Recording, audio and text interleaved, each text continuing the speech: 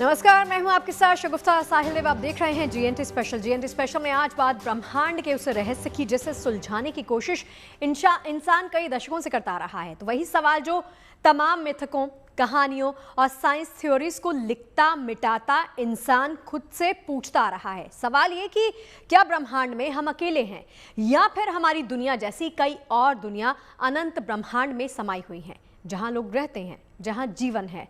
दूसरे ग्रहों पर जीवन या एलियंस की मौजूदगी को लेकर अब तक तमाम तरह के दावे किए जाते रहे हैं, लेकिन इस बार स्पेस रिसर्च की दुनिया में एक बेहद दिलचस्प बहस छिड़ गई है। वो ये है कि जैसे हम एलियंस के रहस्यों से पर्दा उठाना चाहते हैं कि क्या एलियंस भी हम इंसानों तक पहुंचना चाहते हैं, क्या एलियंस की नजर हमारी अर्थ पर है, क्योंकि खबर यह है कि एक यूएफओ तेजी से हमारी पृथ्वी की तरफ बढ़ रहा है। हार्वर्ड यूनिवर्सिटी के प्रोफेसर एवी लोएब ने यह दावा किया है। हार्वर्ड के प्रोफेसर की माने तो यह रहस्यमयी ऑब्जेक्ट है जो अर्थ की तरफ तेजी के साथ बढ़ता आ रहा है और यह एलियन स्पेस शिप हो सकता है। क्या है यह पहेली, आइए इसको समझते हैं।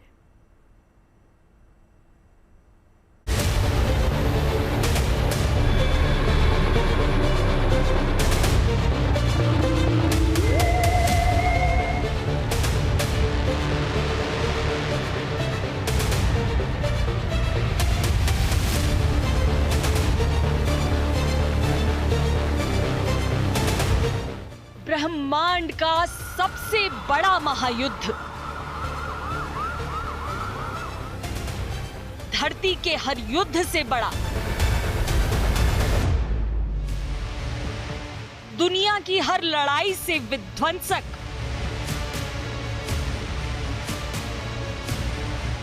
जिसके आगे छोटा पड़ जाएगा वर्ल्ड वॉर। क्योंकि ये वर्ल्ड वॉर नहीं, ये है वॉर ऑफ द वर्ल्ड्स। ये है war of the planets. Study ने बताया, वैज्ञानिकों ने चेताया, मैनहट्टन से बड़ा आकार,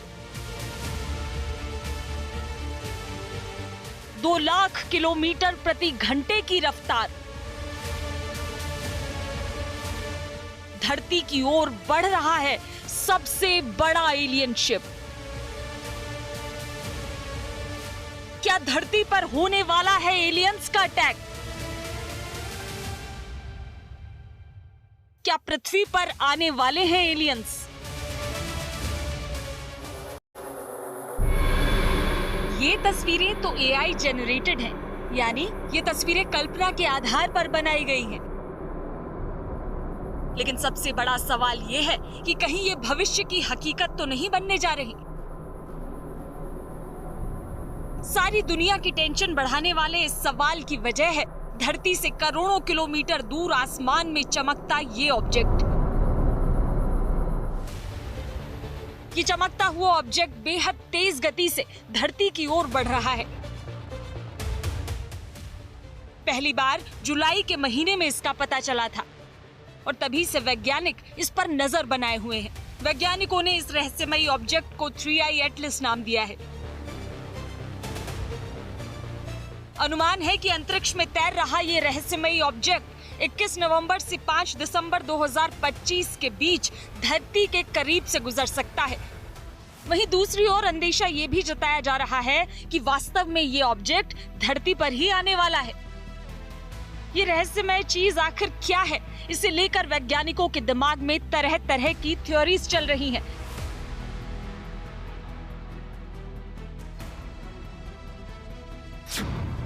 सबसे बड़ा सवाल ये उठा है कि क्या ये एक यूएफओ यानी अनआइडेंटिफाइड फ्लाइंग ऑब्जेक्ट है? क्या ये यूएफओ एलियंस यानी दूसरे ग्रहों के निवासियों का विमान है? अगर हाँ, तो क्या ये एक हॉस्टाइल एलियन शिप है, यानी क्या ये धरती पर हमला करने के लिए इतनी तेजी से आगे बढ़ रहा है? तो साइंस ये कहती है कि इस तरह के जो प्लैनेट्स हैं इस पूरे भूमंडल में हो सकते हैं और किसी प्लैनेट पर इस तरह का जो है एलियंस या जिसको हम कहें कोई और इसके जीव हो सकते हैं। वो हमारे जैसे दिखेंगे, नहीं दिखेंगे, कैसे होंगे, ये अभी तक तो हमने देखा नहीं, तो हम कह नहीं सकते हैं। दूसरी बात ये है कि अमेरिका में इससे पहले भी बहुत ऐसे दावे किए गए कि वहाँ इस तरह के सैटेलाइट या इस तरह के जो है उड़न तस्तरी जिसको कहते हैं उतरे हैं, कि कुछ लोगों ने दावा किया कि वहाँ देखे गए हैं।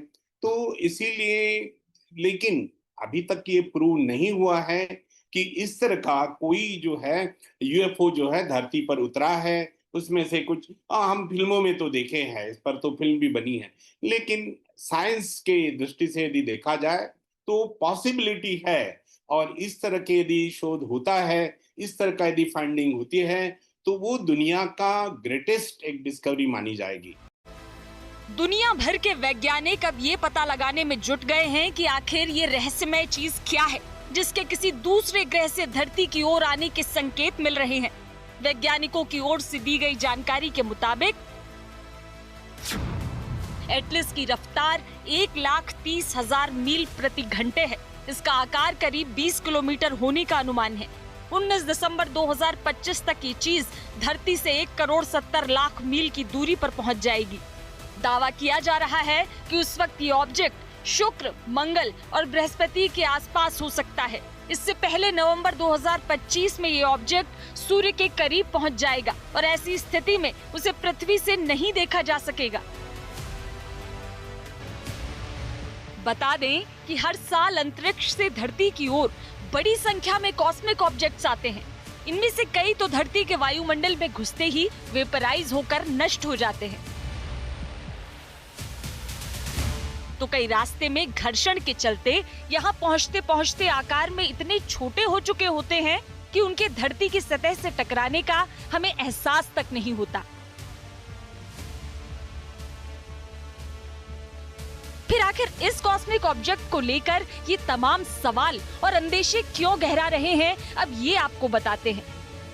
इसके लिए दुनिया के प्रतिष्ठित शिक्षण संस्थानों में शुमार हार्वर्ड यूनिवर्सिटी के वैज्ञानिकों ने कुछ थ्योरीज दी हैं। ये थ्योरीज इशारा करती हैं कि ये एक आम एस्टेरॉइड नहीं बल्कि एक यूएफओ हो सकता है। पहली थ्योरी है इसका एबनॉर्मल आकार। एटलस का साइज सामान्य एस्टेरॉइड की तुलना में कई गुना बड़ा है। दूसरी थ्योरी इसकी स्पीड से जुड़ी है। इसकी स्पीड और एक्सेलरेशन भी किसी नेचुरल कॉस्मिक ऑब्जेक्ट जैसा नहीं है। यूरोपियन स्पेस एजेंसी और हबल स्पेस टेलीस्कोप का कैलकुलेशन बताता है कि ये 1,30,000 मील प्रति घंटे की रफ्तार से आगे बढ़ रहा है। तो वहीं नासा भी इसे अब तक का फास्टेस्ट सोलर सिस्टम विजिटर बता रहा है। तीसरी थ्योरी इसके कोर्स यानी रास्ते से जुड़ी है। एटलस का कोर्स ऐसा है कि सूरज की आड़ के चलते इसके रास्ते को इंटरसेप्ट करना लगभग नामुमकिन है। हार्वर्ड यूनिवर्सिटी की चौथी थ्योरी भी इसके रास्ते से ही जुड़ी है। एटलस वीनस, मार्स और जुपिटर के नजदीक से गुजरेगा। इसकी ट्रेजेक्टरी एक मैपिंग मिशन जैसी लग रही है और नेचुरली ऐसा होने की संभावना बेहद कम है। अब बात पांचवी थ्योरी की।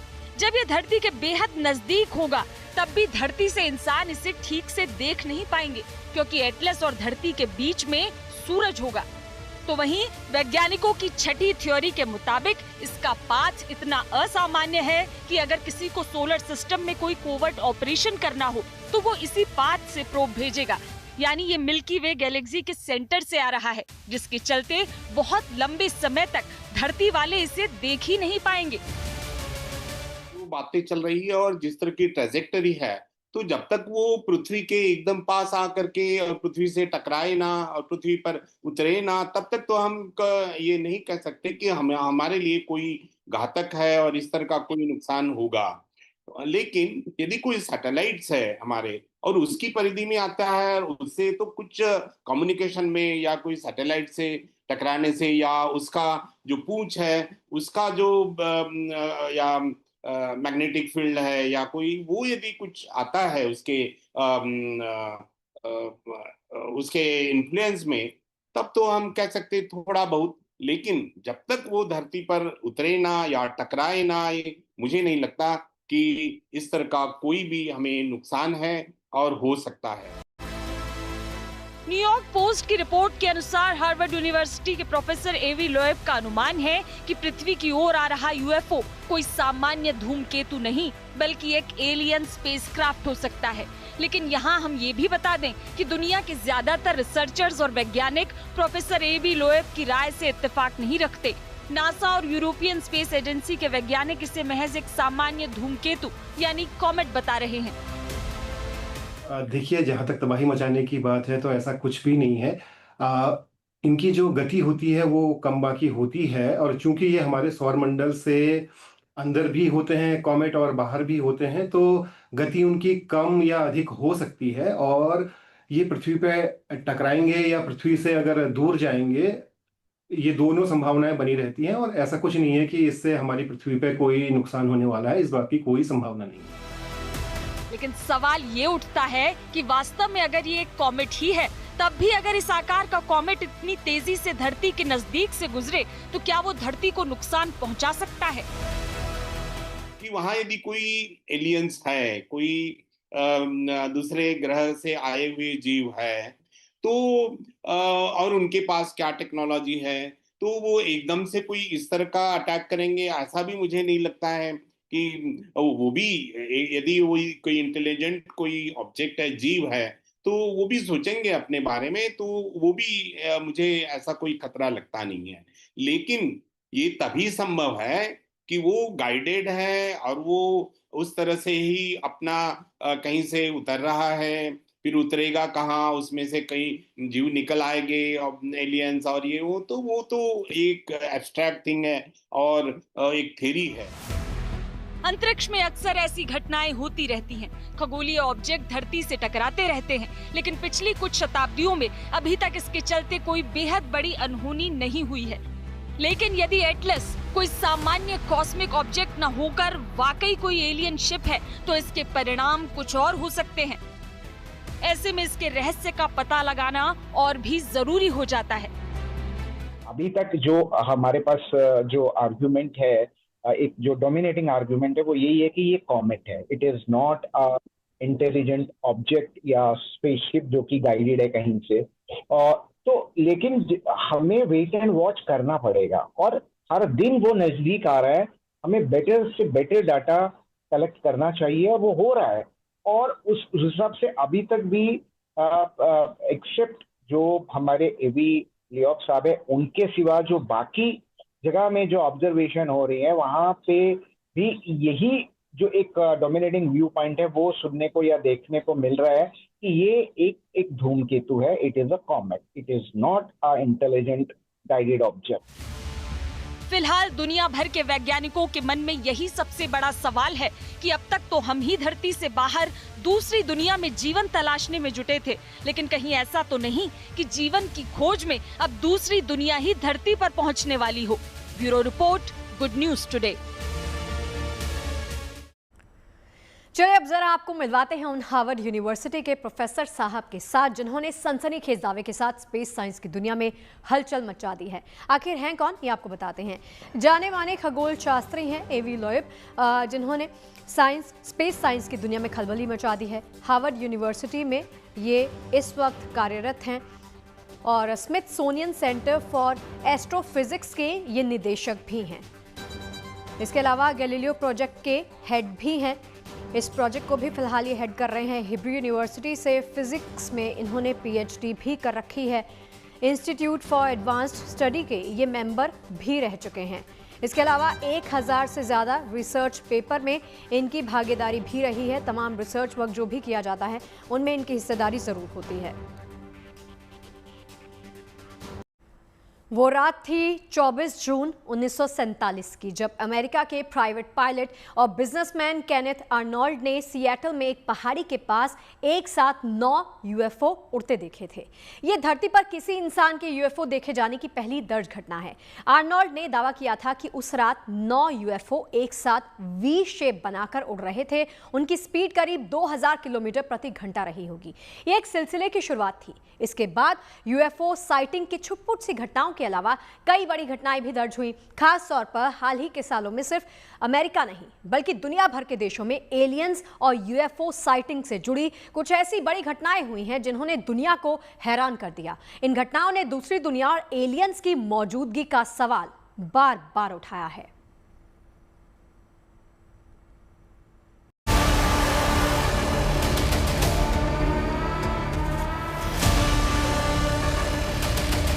क्या दुनिया में हम अकेले हैं? क्या धरती के परे भी कोई दुनिया है? एक ऐसी दुनिया जहां धरती की तरह ही लोगों की बस्ती है, जहां धरती की तरह ही जिंदगी बसती है। 20वीं सदी की शुरुआत से ये सवाल कई बार मानवता के सामने मुखर होकर आया है। आधिकारिक तौर पर कभी किसी ने इस बात को स्वीकार भले ही ना किया हो, लेकिन दुनिया भर में होती यूएफओ साइटिंग की घटनाओं ने इस सवाल को हर बार पहले के मुकाबले और ज्यादा जोरदार तरीके से दुनिया के सामने रखा। खास तौर पर पिछले कुछ सालों में एक के बाद एक ऐसी कई घटनाएं हुई हैं जिन्होंने दूसरी दुनिया में जीवन की मौजूदगी, एलियंस और उनकी उड़न तश्तरियों के अस्तित्व की ओर बार बार इशारा किया है।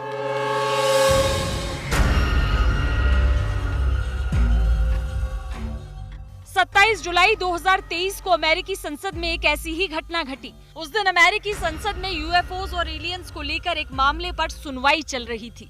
सुनवाई के दौरान अमेरिकी नौसेना के पूर्व अधिकारियों ने दावा किया कि अमेरिका कई सालों से यूएफओ और एलियंस से जुड़ी जानकारियां छिपाता आ रहा है। As we convene here, UAP are in our airspace, but they are grossly underreported. These sightings are not rare or isolated, they are routine. Military aircrew and commercial pilots, trained observers whose lives depend on accurate identification. अमेरिकी नौसेना के पूर्व intelligence officer retired major David Grusch और उनके दो साथियों ने इस सुनवाई के दौरान ये दावा किया कि अमेरिकी सरकार के पास एक दुर्घटनाग्रस्त यूएफओ है। उसके बारे में जानकारी हासिल करने के लिए दशकों से रिवर्स इंजीनियरिंग प्रोग्राम भी चलाया जा रहा है। रिवर्स इंजीनियरिंग यानी किसी चीज की बारीक पड़ताल कर उसके डिजाइन की जानकारी हासिल करना और फिर उसी को वैसा का वैसा बना लेना। कई बार कंपनियां इस तकनीक का इस्तेमाल अपने प्रतिद्वंदी जैसा प्रोडक्ट तैयार करने के लिए करती हैं। Parts of our government are aware of more about UAP than they let on, but excessive classification practices keep crucial information hidden. Since 2021, all UAP videos are classified as secret or above. This level of secrecy not only impedes our understanding, but fuels speculation and mistrust. बता दें कि David ग्रुश का वो दावा इसलिए भी और अहम हो जाता है क्योंकि वो अमेरिकी रक्षा विभाग में यूएफओ से जुड़ी घटनाओं का विश्लेषण करने वाली यूनिट यानी यूएपी के इन्वेस्टिगेशन इंचार्ज रह चुके थे। अगर मेजर ग्रुश की माने तो अमेरिकी सरकार साल 1930 से ये प्रोग्राम चला रही है। सुनवाई के दौरान डेविड ग्रुश ने दावा किया कि 1930 में हुए क्रैश में न केवल दूसरे ग्रह का स्पेसक्राफ्ट मिला बल्कि उसमें एक बॉडी भी थी और ये इंसान की नहीं थी। उन्होंने बताया कि यूएस के इस प्रोग्राम में सीधे तौर पर शामिल अधिकारियों के जरिए उन्हें ये सूचना मिली थी। During a training mission in Warning Area Whiskey 72, 10 miles off the coast of Virginia Beach, 2 F-18 Super Hornets were split by a UAP. The object, described as a dark gray or a black cube inside of a clear sphere, came within 50 feet of the lead aircraft and was estimated to be 5 to 15 feet in diameter. The mission commander terminated the flight immediately and returned to base. Our squadron submitted a safety report, but there was no official acknowledgement of the incident and no further mechanism to report the sighting.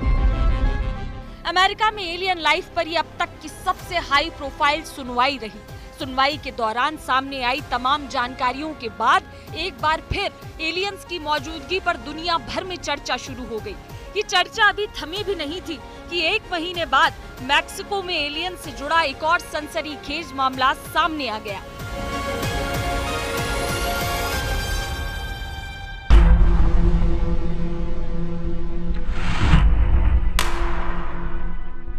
Mexico की संसद में वहां के पत्रकार और UFO पर research करने वाले जेसी मोसान ने 2 शवों को पेश किया। जेमी मोसान का दावा था कि वो एलियंस के शव थे। जेमी मोसान ने इस मौके पर ये दावा भी किया कि अतीत में इंसान का सामना दूसरे ग्रह के बाशिंदों से होता रहा है। Primera vez que se presenta de tal forma y creo que hay una demostración clara de que nos encontramos ante ejemplares no humanos que no tienen relación con ninguna otra especie en nuestro mundo y que se encuentran abiertas todas las posibilidades para que cualquier institución científica los pueda investigar. मुसान ने दावा किया कि दोनों aliens के शव 1000 साल से ज्यादा पुराने हैं। दोनों शवों को पेरू के कस्को से 2017 में बरामद किया गया था। दावा किया गया कि पेरू के कस्को में सदियों पहले एक यूएफओ हादसे का शिकार हुआ था। उसमें सवार एलियंस की लाशें तब से मलबे में दमी थी। वे बाद में फॉसिल यानी जीवाश्म में बदल गई, जिन्हें आमतौर पर ममी भी कहा जाता है। सुनवाई के दौरान मुसान ने दावा किया कि साल 2017 में वैज्ञानिकों ने डीएनए की रेडियो कार्बन डेटिंग के जरिए इन एलियन ममीज का एनालिसिस किया था। इन शवों की carbon testing national autonomous university of Mexico के फिजिक्स इंस्टीट्यूट में की गई थी। स्टडी करने वाले वैज्ञानिकों का दावा था कि कार्बन डेटिंग के दौरान ये पता चला कि इन जीवों का 30% यानी लगभग 1/3 डीएनए ह्यूमन रेस यानी इंसानों के डीएनए से बिल्कुल मेल नहीं खाता। जेमी मोसान ने अपने दावों के साथ एक बार फिर एलियंस को लेकर वैज्ञानिक जगत में बहस छेड़ दी थी।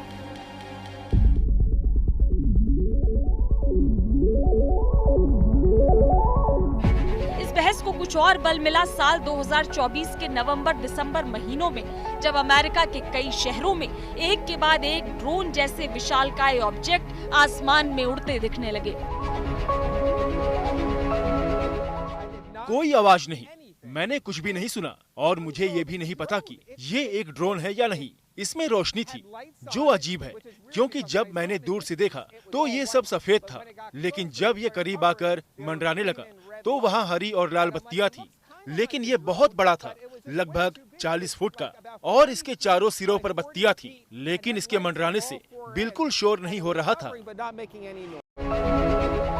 अमेरिका के new Jersey, New York, Connecticut, Pennsylvania, Massachusetts और वर्जीनिया के कई इलाकों में ये रहस्यमयी ड्रोन देखे जाने की रिपोर्ट के बाद भ्रम और भय का माहौल फैल गया।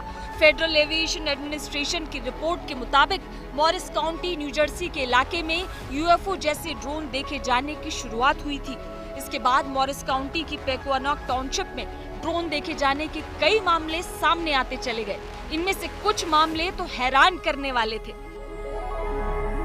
मैं मोंटे क्लेयर में गाड़ी चला रहा था और तभी अचानक क्षितिज के ठीक ऊपर मुझे पूरे चांद जैसा कुछ चमकता दिखता है।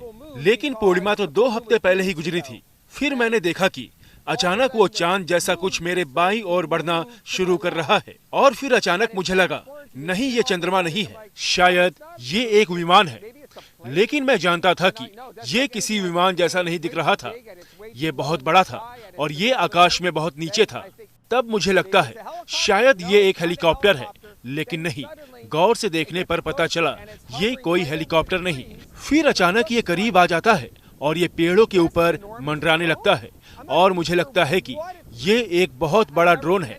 मैंने ऐसा कुछ पहले कभी नहीं देखा। इन ड्रोन्स को लेकर एलियंस की मौजूदगी से लेकर किसी विदेशी ताकत का हाथ होने तक की कई थ्योरीज अमेरिका में चलने लगी। लोगों की बढ़ती चिंता के बीच पेंटागन ने बयान जारी करते हुए कहा कि ऐसा कोई सबूत नहीं है जो साबित करे कि न्यू जर्सी में देखे गए ड्रोन्स के पीछे किसी विदेशी ताकत या शत्रु का हाथ है। सरकार इस बारे में थोड़ा और खुलकर बताए कि यहाँ क्या हो रहा है, क्योंकि ये डरावना है। आपको रात में आसमान में ऑब्जेक्ट उड़ते दिख रहे हैं। सब कुछ घनी आबादी वाले क्षेत्र में हो रहा है। ऐसे में आप चाहते हैं कि कम से कम थोड़ी पारदर्शिता हो और हमें बताया जाए कि चिंता करने की कोई बात नहीं। बढ़ते तनाव को देखते हुए आखिरकार व्हाइट हाउस की ओर से मामले की जांच आगे बढ़ाने का आश्वासन दिया गया। जांच के तहत उन लोगों से बात की गई जिन्होंने यूएफओ देखने का दावा किया था। जांच के बाद व्हाइट हाउस के नेशनल सिक्योरिटी विभाग ने रहस्यमयी ड्रोन से अमेरिका की आंतरिक सुरक्षा को किसी भी तरह का खतरा होने से इनकार कर दिया। अमेरिका और मैक्सिको के अलग अलग इलाकों में हुई इन तमाम घटनाओं ने धरती पर एलियंस की मौजूदगी के सवाल को बार बार दुनिया के सामने उठाया जरूर, लेकिन ये गुत्थी अनसुलझी ही रही। Bureau report, good news today. अब देखिए, दिलचस्प बात यह है कि धरती पर एलियंस और यूएफओ साइटिंग के सबसे ज्यादा मामले अमेरिका में रिपोर्ट होते रहे हैं, लेकिन साथ ही यह दावा किया जाता है कि अमेरिका पिछले कई सालों से एलियन से जुड़े रहस्यों को दुनिया से छुपाता आया है। कई पत्रकार और यहां तक कि अमेरिकी फोर्सेस के रिटायर्ड अधिकारी भी अलग अलग समय पर यह दावा कर चुके हैं।